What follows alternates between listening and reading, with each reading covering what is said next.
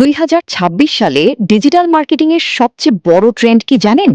না, এআই নয়, না ভাইরাল রিলও নয়, বরং বি2বি মার্কেটিং।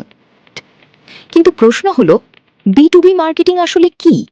বি2বি মানে বিজনেস টু বিজনেস, অর্থাৎ আপনি কোনো সাধারণ কনজিউমারের কাছে নয়, অন্য একটি বিজনেসের কাছে আপনার প্রোডাক্ট বা সার্ভিস বিক্রি করছেন।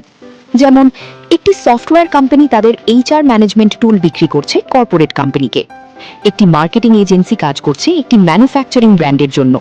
এটাই বি2বি। কিন্তু 2026 সালে এটা এত বড় ট্রেন্ড কেন? কারণ এক, এআই এর যুগে ট্রাস্ট আরো মূল্যবান হয়ে গেছে। সবাই কন্টেন্ট বানাতে পারছে, কিন্তু সবাই ট্রাস্ট তৈরি করতে পারছে না। কারণ দুই, বিজনেস ওনাররা এখন লং টার্ম পার্টনার খুঁজছে, শুধু ভেন্ডর নয়। কারণ তিন, একটা বি2বি ক্লায়েন্ট অনেক সময় 100টা কনজিউমার ক্লায়েন্টের সমান রেভিনিউ দিতে পারে। তাই স্মার্ট বিজনেসগুলো এখন বি2বি গ্রোথের দিকে ঝুঁকছে।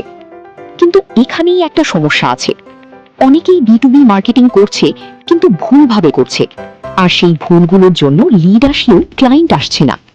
পরের পর্বে জানবেন বি2বি মার্কেটিংয়ে এআই ব্যবহার করতে গিয়ে মানুষ সবচেয়ে বড় 3টি ভুল কোথায় করছে। ফলো করুন বিজ সাকসেস ডিজিটাল, বাংলার ব্র্যান্ড, বাংলার মার্কেটিং।